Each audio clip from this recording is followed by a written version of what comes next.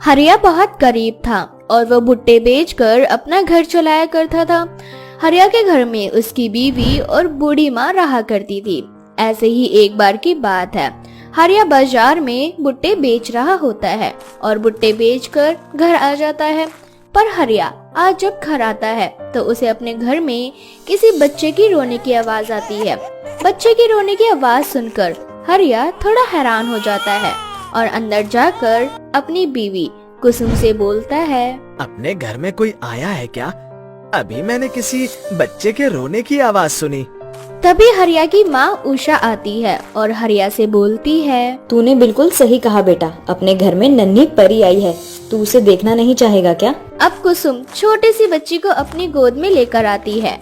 वो बच्ची काफी सुंदर होती है। उसकी सुंदरता और मासूम चेहरा देखकर हरिया को भी उससे प्यार हो जाता है और हरिया अपनी बीवी से बोलता है, ये बच्ची किसकी है और तुम्हें कहाँ से मिली? आज जब मैं और माँ जी आपको खाना देकर घर आ रहे थे तब हमें इस बच्चे की रोने की आवाज सुनाई दी। जब हमने आवाज का पीछा किया तो हमने इस बच्चे को कूड़ेदान में देखा। इस बच्चे को देखकर तो मेरी ममता जाग गई। मुझे एहसास हुआ जैसे इस बच्चे के पास माँ बाप का साया नहीं है, ठीक उसी तरह से मेरी कोई औलाद नहीं। बस इसीलिए मैंने इस बच्चे को गोद ले लिया है। कुसुम, ये तो तुमने बहुत अच्छा किया। हरिया उस बच्ची को देखकर बहुत खुश था। अब जब भी वो भुट्टा बेचने के लिए घर से निकलता था तो उससे पहले वो अपनी प्यारी बच्ची का चेहरा देख लिया करता। जिस दिन वो अपनी बच्ची का चेहरा देखकर भुट्टा बेचने के लिए जाया करता, उस दिन उसकी बाकी दिनों से अच्छी कमाई होती है। देखते ही देखते समय बीतता जाता है और अब हरिया की गोद ली हुई बेटी काया बड़ी हो जाती है। ऐसी ही एक दिन की बात है, कुसुम और उषा खाना लेकर हरिया के पास जा रहे होते हैं। तभी काया अपनी माँ से जिद करते हुए बोलती है, माँ, पापा को आज खाना देने मैं जाऊंगी। हमेशा आप वरदाती जाते हो। काया बेटा, अभी तुम बहुत छोटी हो, पहले बड़ी हो जाओ फिर जाना, ठीक है? नहीं, आज पापा को खाना देने मैं ही जाऊंगी। अगर आप लोगों ने मुझे नहीं जाने दिया तो मैं आप सबसे इकट्ठी कर लूंगी और पढ़ाई करना फिर छोड़ दूंगी। बिल्कुल गंदी बच्ची बन जाऊंगी फिर। इस तरह से काया जिद करने लगती है। उसकी जिद देखकर उषा उससे बोलती है, बहू, काया को जाने दे, उसका बहुत मन है। और वैसे भी जब तक काया हरिया को खाना देकर आएगी तब तक तू और मैं डॉक्टर के पास से हो आएंगे। मेरे घुटने का दर्द बढ़ता ही जा रहा है, दवाई लेना बहुत जरूरी हो चुका है। अगर ऐसा है माँ जी तो फिर ठीक है। काया बेटा, तुम ध्यान से खाना लेकर पिताजी के पास जाना, ठीक है? ठीक है माँ। अब इस तरह से काया खाना लेकर अपने पापा के पास जाने लगती है। तो वहीं दूसरी ओर कुसुम उषा को लेकर डॉक्टर के पास चली जाती है। कुछ देर बाद काया अपने पिता के पास पहुंच जाती है, जहां वो देखती है कि एक हवलदार और एक पुलिस हरिया से भुट्टा खरीदते हैं। और भुट्टा खाने के बाद जब हरिया उनसे पैसे मांगता है तो वो उसे पैसे नहीं देते, जिसके बाद हरिया पुलिस वाले से बोलता है, देखिए साहब, आप रोजाना आकर मुझसे भुट्टा लेकर जाते हैं, परंतु अब आप अपने साथियों को भी लेकर आने लगे हैं। चलिए, एक जन का पैसा मैं माफ भी कर दूं, पर इतने लोगों का पैसा कैसे माफ कर सकते हैं? मेरी रोजी रोटी इन भुट्टे से ही चलती है। आप मुझे मेरी कमाई के पैसे नहीं देंगे तो मैं अपना घर कैसे चलाऊंगा? हरिया के ये बोलते ही हवलदार और पुलिस वाला हरिया को मारने लगता है, जिसके बाद काया बीच में आ जाती है और हवलदार के हाथों में दांत काट लेती है, जिससे हवलदार को बहुत गुस्सा आता है और वो अपनी पिस्तौल निकाल लेता है। अब हरिया अपनी बेटी को बचाने के लिए पुलिस वालों से लड़ने लगता है और इसी हाथापाई में हरिया को गोली लग जाती है और मौके पर ही हरिया की मौत हो जाती है।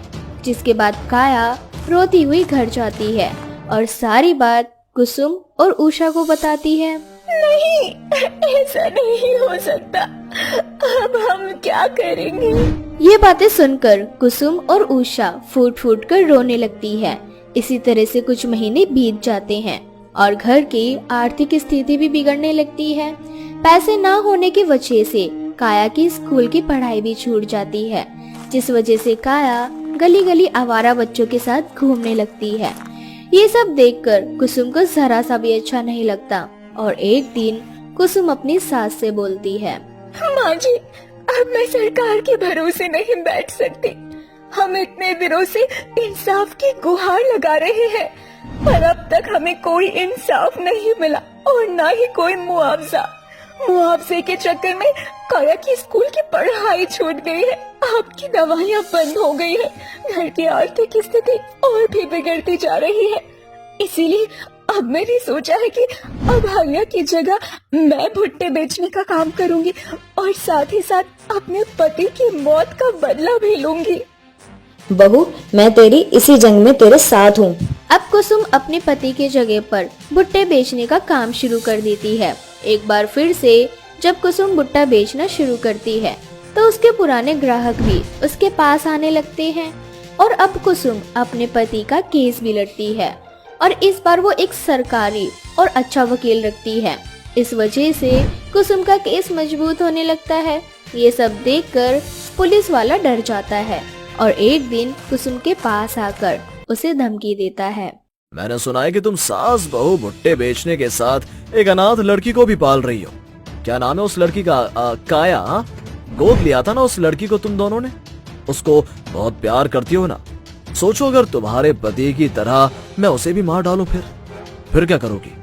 फिर अपने पति के साथ उस अनाथ बेटी काया का भी केस करोगी? हाँ, अपनी सास के साथ भुट्टे बेच बेच कर। अगर मेरी बेटी को कुछ भी हुआ तो मैं तुझे जिंदा नहीं छोड़ूंगी।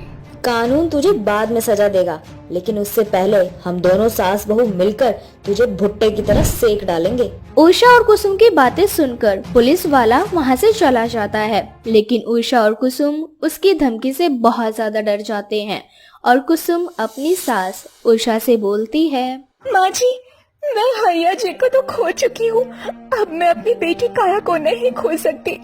काया में मुझे हरिया जी नजर आते हैं। काया मेरी कमजोरी है। अगर उन पुलिस वालों ने काया के साथ कुछ नहीं माँ जी, हमें काया को खुद से दूर करना ही पड़ेगा। बहू तू सही बोल रही है, हम दोनों यहाँ भुट्टे बेचते रहते हैं और काया घर पर अकेली रहती है, इसीलिए हमें काया को खुद से दूर करना होगा उसकी सेफ्टी के लिए। रुक जा बहू, मैं अभी तेरी मौसी से बात करती हूँ। मैं उससे कहकर काया को एक हॉस्टल में भिजवा दूंगी ताकि वो वहाँ पर सुरक्षित रहे। पर माँ जी, हॉस्टल की फीस तो बहुत ज्यादा है, हम इतने पैसे कहाँ से लाएंगे? हमारे पास तो वकील को देने के लिए पैसे नहीं है, इसीलिए तो अदालत से अपील करके हमने सरकारी वकील हायर किया है। बहू तू चिंता मत कर, मेरी बहन है ना, वो काया को संभाल लेगी और भुट्टे से हमारी जो कमाई होगी वो सारी कमाई हम काया की पढ़ाई पर लगा देंगे। जिसके बाद वो दोनों काया को एक हॉस्टल में भेज देते हैं और अकेले भुट्टे बेचने लगते हैं। साथ ही वो अच्छी तरह से अपना केस भी लड़ते हैं और आखिरकार उस पुलिस वाले और हवलदार को सजा मिल ही जाती है। अब कुसुम और उषा को इंसाफ के साथ मुआवजे के तौर पर 10 लाख रुपए और सरकार की तरफ से काया की पढ़ाई का पूरा खर्चा उठाया जाता है। अब उषा और कुसुम काया को खुद से दूर करके उसकी पढ़ाई पूरी करवाते हैं और खुद भुट्टा बेचकर अपना घर चलाते हैं।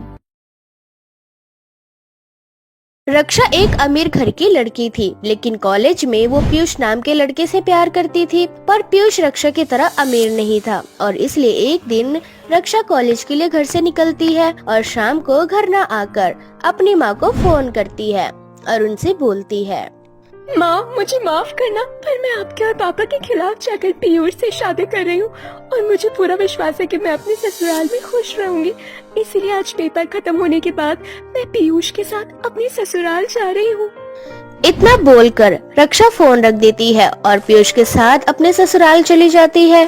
पीयूष की माँ लता पीयूष और रक्षा को एक साथ देखकर थोड़ी हैरान हो जाती है, जिसके बाद पीयूष अपनी माँ को सारी बात बताता है और लता उन दोनों से बोलती है, बेटा अपने माता पिता को कभी भी दुखी नहीं करना चाहिए और जो तुम दोनों ने कदम उठाया है ये बहुत गलत है, लेकिन कोई बात नहीं, समय हर दर्द का इलाज होता है। मुझे पूरी उम्मीद है एक दिन तुम्हारे माता पिता भी तुम दोनों को और तुम्हारे रिश्ते को स्वीकार कर लेंगे, जिस तरह से मैं कर रही हूँ। मुझे माँ जैसी सास मिल गई, अब मुझे कुछ नहीं चाहिए। इस तरह से लता रक्षा को अपना लेती है। तो वही दूसरी ओर जब ये बात रक्षा के पिता को पता चलती है तो रक्षा के पिता अपनी पत्नी से बोलते हैं, उस गरीब लड़की से शादी करके रक्षा को क्या लगता है कि वो खुश रहेगी? अरे उसने अभी तक गरीबी नहीं देखी है। जब उसे 2 वक्त का खाना सही से नसीब नहीं होगा तब उसे पता चलेगा कि उसके माता पिता हमेशा उसका भला चाहते थे। और मैं चाहता हूँ कि मेरी बेटी ऐसी गरीबी देखे जो उसने कभी सोची भी ना हो। तब जाकर उसे अक्ल आएगी और रोती हुई मेरे पास आएगी और तब मैं उसे बताऊंगा मेरा फैसला उसके लिए बिल्कुल सही था। ये सब कुछ आप क्या कह रहे हैं? मैं बिल्कुल सही कह रहा हूँ। इसीलिए अब तुम भी रक्षा से किसी भी तरह का कोई रिश्ता नहीं रखोगी। अगर तुमने उससे बात करने की भी कोशिश की तो तुम मेरा मरा हुआ मुंह देखोगी। इस तरह से रक्षा के पिता रक्षा से अपने सारे रिश्ते नाते तोड़ लेते हैं और रक्षा गरीब बहू होने के बावजूद अपने ससुराल में बहुत खुश रहती है। लता भी रक्षा को कभी किसी चीज की कोई कमी नहीं होने देती। अब बहुत जल्द पीयूष की एक अच्छी नौकरी भी लग जाती है, जिसके बाद पीयूष घर आकर रक्षा से बोलता है, देखो रक्षा, अब मेरी एक बहुत बड़ी कंपनी में जॉब लग चुकी है। अब मैं छोटी मोटी नौकरी नहीं कर रहा, इसीलिए अब तुम और गरीबी नहीं देख पाओगी। पीयूष बिल्कुल सही कर रहा है बहू। अब मुझे लगता है कि बहुत जल्दी हमारी खुशियों को 4 चांद लगने वाला है। इस तरह से लता की खुशियों का ठिकाना नहीं रहता। समय यूं ही बीतता है और एक दिन लता को पता चलता है कि रक्षा गर्भवती है। जब ये बात लता को पता चलती है तो वो रक्षा का और भी अच्छे से ख्याल रखने लगती है। देखते ही देखते रक्षा का 6ठा महीना लग जाता है। ऐसे ही एक दिन रक्षा की तबीयत ज्यादा खराब हो जाती है और डॉक्टर कुछ दवाइयाँ लिख कर देते हैं और पीयूष दवाई लेने के लिए चला जाता है। तभी रास्ते में उसका बचपन का दोस्त राहुल मिल जाता है और राहुल पीयूष से बोलता है, अरे भाई तू कहाँ गायब हो गया था? कितने दिनों बाद मिला है, चल कहीं घूम कर आते हैं। भाई मुझे भी तुझसे मिलकर बहुत अच्छा लग रहा है, पर आज मैं तेरे साथ कहीं नहीं जा सकता, फिर कभी जाऊंगा। दरअसल मेरी बीवी गर्भवती है और डॉक्टर ने उसे ये कुछ दवाइयाँ दी हैं। मैं बस वो दवाई लेने ही जा रहा हूँ। मैं तुझसे फिर कभी मिलता हूँ। क्या तू बाप बनने वाला है? अरे फिर तो पार्टी बनती है। तू घर जाते हुए दवाई ले लेना, अभी तू मेरे साथ चल। इस तरह से राहुल जबरदस्ती पीयूष को अपने साथ शराब की दुकान पर ले जाता है और जबरदस्ती उसे शराब पिला देता है। पीयूष इतनी ज्यादा शराब पी लेता है कि वो खुद को संभाल नहीं पाता और खाली हाथ घर जाता है और घर जाते ही पीयूष सो जाता है। जिसके बाद लता उससे बोलती है, पीयूष कभी भी शराब नहीं पीता बहू, और आज इसने शराब पी है। मुझे माफ करना। जब से तू इस घर में बहू बनकर आई है तब से गरीबी में गरीबी का सामना ही कर रही है। माँ जी आप ऐसा क्यों बोल रही हैं? आपने तो मेरी माँ से बढ़कर मेरा ख्याल रखा है। और रही पीयूष की बात, मैं भी जानती हूँ पीयूष कभी शराब नहीं पीते। जरूर इन्हें किसी ने पिलाई है। माँ जी आप टेंशन मत लीजिए, जाकर सो जाइए, सब ठीक हो जाएगा। रक्षा के बोलने पर लता अपने कमरे में सोने के लिए चली जाती है। अगली सुबह होते ही लता पीयूष को बहुत सुनाती है और खुद दवाइयाँ लेकर आ जाती है। अगले दिन फिर से पीयूष का दोस्त उसे मिल जाता है। अरे अच्छा हुआ पीयूष कि तू मुझे मिल गया, चल थोड़ा घूम कर आते हैं। राहुल फिर से पीयूष को अपने साथ ठेके पर ले जाता है, जहां वो दोनों एक बार फिर से शराब के नशे में धुत हो जाते हैं और पीयूष नशे की हालत में घर आता है। अब इसी तरह से रोज पीयूष राहुल के साथ शराब की दुकान पर जाता और रात को नशे में घर आता। ऐसे ही एक दिन पीयूष नशे की हालत में घर आ रहा होता है, तभी उसका एक कार से एक्सीडेंट हो जाता है और उसके पैरों में इतनी ज्यादा चोट लग जाती है कि वो चल भी नहीं पाता, जिस वजह से उसकी नौकरी भी छूट जाती है। रक्षा मुझे माफ कर दो, मेरी वजह से घर की स्थिति बिगड़ने लगी है। तुम गर्भवती हो, इस समय मुझे तुम्हारा ख्याल रखना चाहिए, पर तुम मेरा ख्याल रख रही हो। पीयूष बिल्कुल सही कह रहा है बहू। गरीबी की वजह से तू भी गरीब बहू बन चुकी है और हमारे साथ इस गरीबी को झेल रही है। आप दोनों ये कैसी बातें कर रहे हैं? आखिर मैं भी इस घर की बहू हूँ, मेरा भी ये घर है, इसलिए अब ये घर की जिम्मेदारी मैं खुद उठाऊंगी। क्या हुआ अगर मैं गर्भवती हूँ तो? आखिर मैं भी अपने पिताजी की ही बेटी हूँ। इतने दिनों में उन्होंने भले ही मेरा हाल ना पूछा हो, पर मैं भी मुसीबत में उनके पास नहीं जाऊंगी, बल्कि अकेले ही मुसीबत का सामना करूंगी। इस तरह से रक्षा एक बार फिर से काम करने की ठान लेती है और घर से निकलकर काम ढूंढने लगती है, लेकिन गर्भवती होने की वजह से कोई उसे काम पर नहीं रखता। जिसके बाद बड़ी मिन्नतें करने पर रक्षा को एक होटल में वेटर का काम मिल जाता है। रक्षा गर्भवती होती है पर फिर भी वो हिम्मत नहीं हारती। ऐसे ही एक दिन रक्षा होटल में साफ सफाई का काम कर रही होती है। तभी होटल का मालिक रक्षा के पास आता है और रक्षा से बोलता है, रक्षा इस टेबल को छोड़ो और पहले उस टेबल को साफ करो। मालिक के कहने पर रक्षा सबसे पहले उस टेबल को साफ करने जाती है, लेकिन वो देखती है कि उस टेबल पर कोई और नहीं बल्कि उसके ही पिता है। रक्षा के पिता भी जब अपनी बेटी को वेटर का काम करते हुए देखते हैं तो उन्हें बहुत बुरा लगता है और तभी रक्षा को चक्कर आ जाते हैं और वह बेहोश हो जाती है, जिसके बाद रक्षा के पिता उसे हॉस्पिटल ले जाते हैं और कुछ देर बाद रक्षा को होश आ जाता है और वह अपने पिता के साथ घर जाती है, जहां रक्षा के पिता पीयूष को बिस्तर पे ये सब देख रक्षा के पिता को अपने कहे हुए शब्द याद आ जाते हैं और वो रोते हुए बोलते हैं, मुझे माफ कर दे रक्षा बेटा, पर गुस्से में आकर मैंने ही कुछ अपशब्द कहे थे और ये उसी का नतीजा है। मैं नहीं जानता था कि मेरा कहा हुआ हर एक शब्द सच हो जाएगा, पर अब तू फिक्र मत कर, तेरा बाप आ चुका है, तू मेरी ही बेटी है। आज तूने ये साबित कर दिया, इतना दुख इतनी गरीबी होने के बाद भी तूने अपने बाप से मदद नहीं मांगी। बेटा तू मेरी इकलौती संतान है और मेरे जाने के बाद ये सब कुछ तेरा और पीयूष का ही तो है।